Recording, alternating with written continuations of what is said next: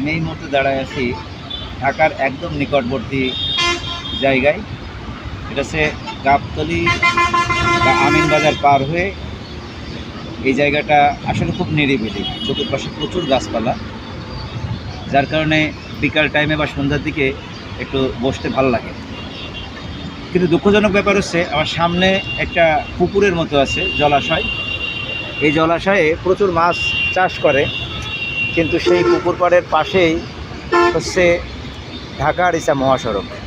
এই ঢাকা আরিচা মহাসড়কের ব্যস্ত মহাসড়ক, এর পাশেই ময়লা দিয়ে রাস্তাটার এমন অবস্থা করে রাখছে, আসলে দুঃখজনক যে এই জায়গায় হয়তো আমার মতো মানুষ আসে ঘুরতে, কিন্তু এখানে যারা বসবাস করে তারা তো অ্যাটলিস্ট এই জায়গাটা একটু পরিষ্কার করে রাখতো, যদি রাখতো তাহলে আরও সুন্দর হতো জায়গাটা।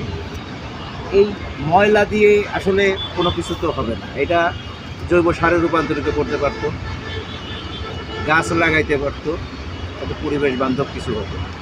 এইটা আমাদের করা উচিত। আমাদের আশপাশের পরিবেশকে সুস্থ রাখা কিন্তু আমাদেরই দায়িত্ব, নৈতিক দায়িত্ব।